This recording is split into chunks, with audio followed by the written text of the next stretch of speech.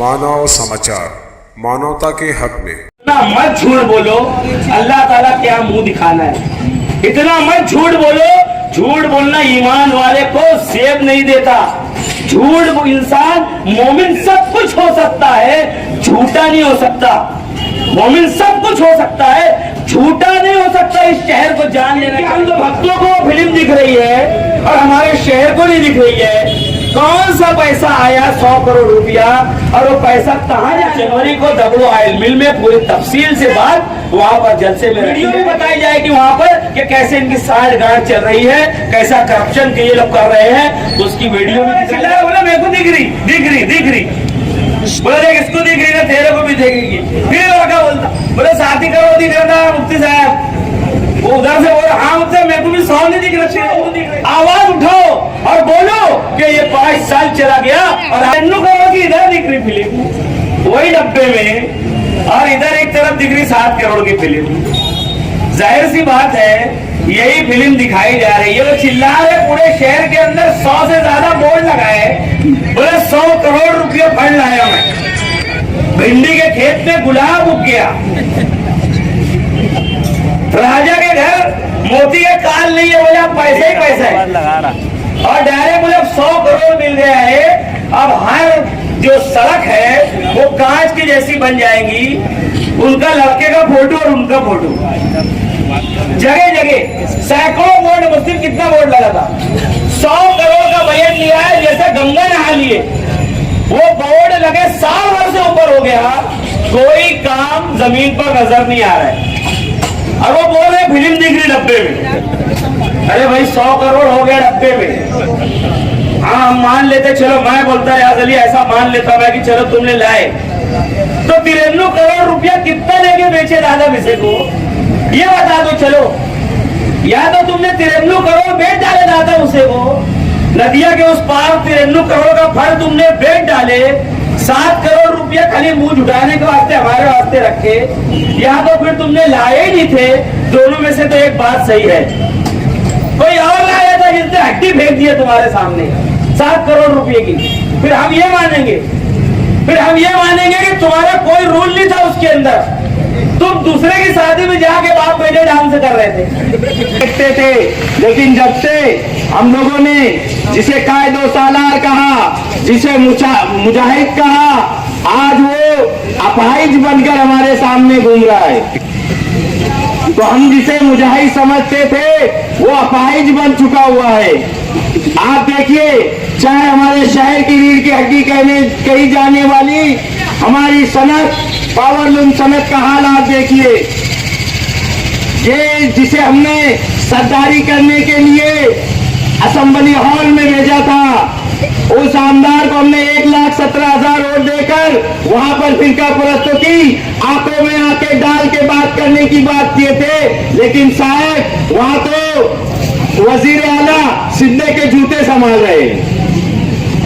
दूसरी बात,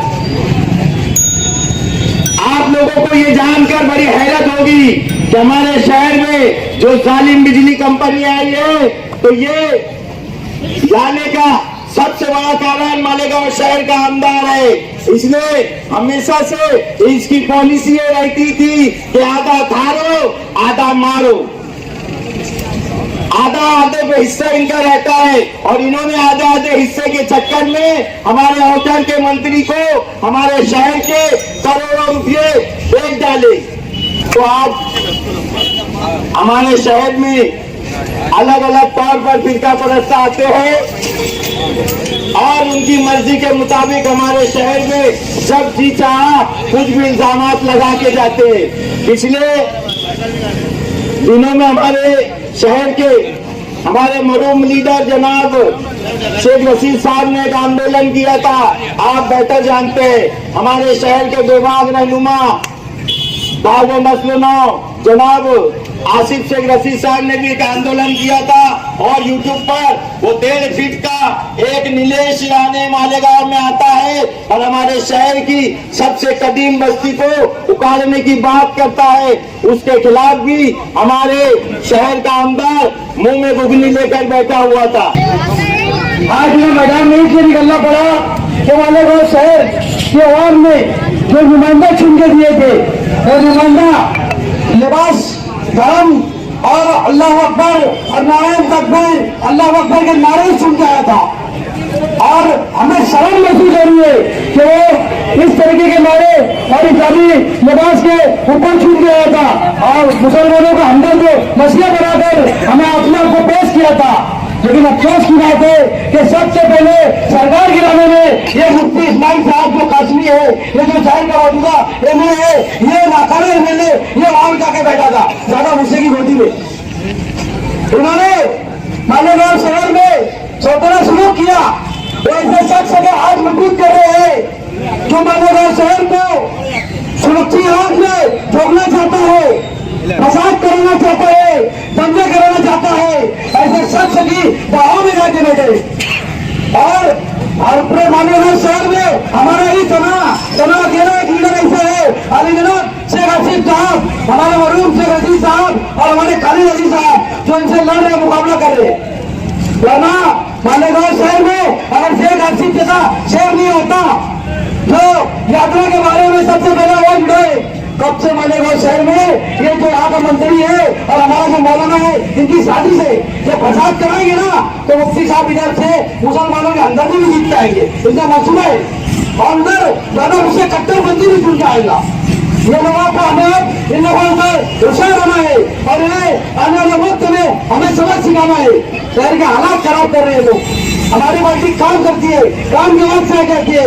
आसिफ साहब ने इतने हालात से निकलते हुए सबसे पहले उन्होंने कारपोरेशन में केयर पट्टी का मसला रखा, कमिश्नर को अल्टीमेटम दिया कि केयर पट्टी कम कर, हमारे सब छोकरे केयर पट्टी माफ कर, तो ज्यादा है उसका ब्याज माफ कर। इस तरीके से हमारा लीडर आवाम से काम करता है। हमें चाहिए कि हमारे लीडर से खाने से खाना लगाए चले और आने वाले वक्त में हमें आसिफ साहब के हाथों में मजबूत करने हैं। हमारे खालिद अली साहब के मैदान में आज पूरे शासन में इनकी बहुत जोरों से मकबूलियत हो रही है और रोज कोने में दूसरा लोग मुझसे खाने की लंबा मानते हैं। यानी कि हमारे लीडर, हमारे लोग जमीन पे काम करने वाले हैं। ये नहीं कि किसी गाँव में याद ना करने का मंत्री की। और अपने सत्रह जिले मालेगांव शहर में 100% करोड़ नया बोल रहे, 8 करोड़ सिर्फ मिला है, बाकी सब अटल केवल चले गए। इतना तमाम मेहनत के काम कर रहे कमिश्नर को, हमारे एमएलए को पूरा ऐसे मिले थे दोनों की चमचागिरी कि वो अगर बैठने को बोलेंगे तो ये लेट जाएंगे, इसमें कोई शक है? नहीं, बिल्कुल यही चल रहा है कारोबार। मैं एक बात आपसे बोलना चाहता हूँ और हम लोग इस पर बहुत सारी बातें 12 जनवरी को दगड़ू ऑयल मिल के अंदर जो जलसा होगा उसमें आपको बतलाएंगे। देखो ये झोपड़पट्टी का इलाका है। बल्ली पत्रे के नाम पर कितने लोगों ने पैसे दिए थे जरा मुझे बताओ। हर 2 घर छोड़ के एक घर वाले ने लिया होगा 4000 रुपए बल्ली पत्रे के नाम पर। ये बल्ली पत्रे का पैसा धीरे धीरे धीरे सूद ब्याज के साथ में मालूम है कितना हो गया? 65,000 रुपया।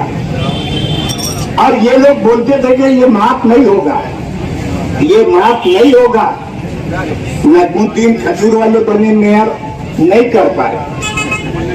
उसके बाद में यूसुफ सेठ नेशनल वाला बने, नहीं कर पाए। इब्राहिम सेठ, ऐसे अनेक लोगों ने, इब्राहिम सेठ नेशनल वाले, उन्होंने भी नहीं किया। लेकिन तायरा मैडम जैसे ही ये मेयर बनी, शेख रशीद साहब की ईमा पर इन्होंने स्टैंडिंग कमेटी के अंदर इस विषय को लाया।